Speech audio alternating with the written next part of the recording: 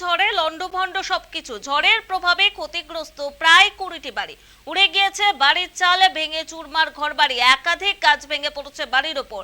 গোটা এলাকা বিদ্যুৎ বিচ্ছিন্ন। ঝড়ের তাণ্ডবে আহত 9 জন। দক্ষিণ 24 পরগনার সোনারপুরের পশ্চিম গাড়াল গ্রামের ঘটনা। সবকিছু হারিয়ে মাথায় হাত গ্রামবাসীদের।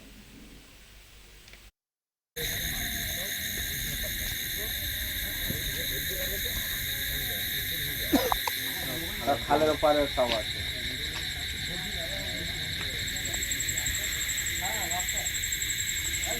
যখন ঝড় উঠেছে তখন আমরা ছিলাম বাসা নিয়ে, আমরা বাইরে চলে গেছি।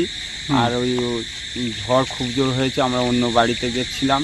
তারপর হু হু করে সব টিন ফিন উড়ে গেছে, অ্যালভেস্টার ভেঙে চলে গেছে খালের ওপারে। এসে এইসব এই হয়েছে। কতক্ষণ হয়েছে ঝড়টা? 2 মিনিট 3 না কত, এরম ভাবে আমি জানি না, এরম ভাবে হয়েছে। আপনার কি ঘর বাড়ি কি একেবারে নষ্ট হয়ে গেছে? হ্যাঁ, একেবারে পুরো নষ্ট হয়ে গেছে। অ্যালভেস্টার সব কুচি হয়ে গেছে, টিন সব উড়ে নিয়ে চলে গেছে। বৃষ্টি থেমে গেছিল, 5:30টার দিকে ঘরে বসেছিলাম, একটা আওয়াজ হলো। কী আওয়াজ হচ্ছে কী হচ্ছে বলতে বলতে সব ঘর উড়ে রাস্তায় পড়ে গেছে।